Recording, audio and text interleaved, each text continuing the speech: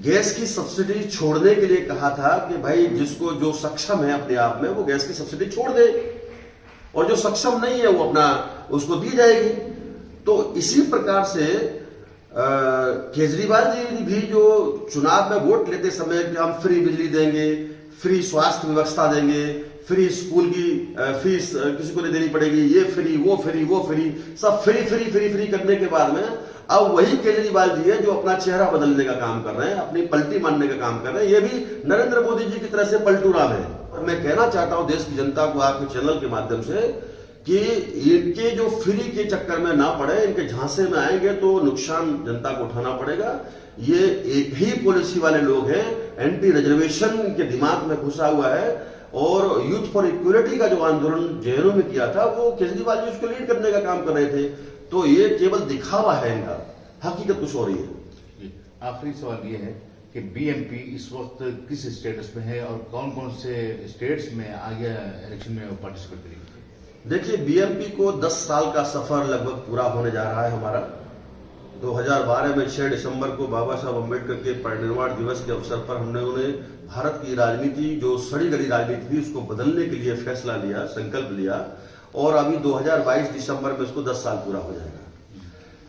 ये कोई regional party नहीं है, ये ऑल ओवर इंडिया में फैली हुई पार्टी है। और 2014 में जब हम लोगों ने लगभग 1.5 वर्ष के अंदर में ये पार्टी निर्माण करने के बाद में देश की सबसे बड़ी महापंचायत का चुनाव लड़ा तो 419 सीटों पर हम लोगों ने कैंडिडेट्स खड़े किए थे। चूंकि हम नए नए थे इसलिए बहुत सारी जगह पर हमारे नामांकन खारिज किए गए। 2014 में भी हमने लड़ाई लड़ी, 15 में भी असेंबली इलेक्शन लड़े, 16 में भी, 17 में भी, जब भी जिसका भी छोटे लोकल बॉडी इलेक्शन से लेकर के सभी जगह हम लोग पूरे भारत भर में इस सड़ी गली राजनीति को, गंदी राजनीति को बदलने के लिए, वास्तविक तौर पर देश के संविधान को बचाने के लिए, लोकतंत्र को बचाने के लिए हम लोग सारे देश भर में लड़ाई लड़ रहे हैं। और 16 राज्यों का मैं खुद जाकर के अभी दौरा करके आया हूं। बहुत उत्साह के साथ में मेरे कार्यकर्ता लोग लगे हुए हैं और जल्द ही 24 की तैयारी हमारी है। बहुत बड़ा बदलाव आपको भारत की राजनीति में देखने को मिलेगा। और जहां भी असेंबली इलेक्शन है, जैसे इस साल हिमाचल का होने जा रहा है, इस साल गुजरात का होने जा रहा है, तो इनमें भी एक बहुत बड़ा परफॉर्मेंस आपको बहुजन मुक्ति पार्टी की तरफ से देखने को मिलेगा। ये थे पीपी सिंह साहब जिन्होंने भारत के इस वक्त के सियासी हालात पर तफसीली गुफ्तगू की। उन्होंने ये भी वाज़ेह किया है कि 2024 के इंतखाबात के लिए बीएमपी पार्टी पूरी तरह से तैयारी कर रही है। इनकलाब न्यूज़ के लिए मुदस्सिर अहमद, शुभ मौका।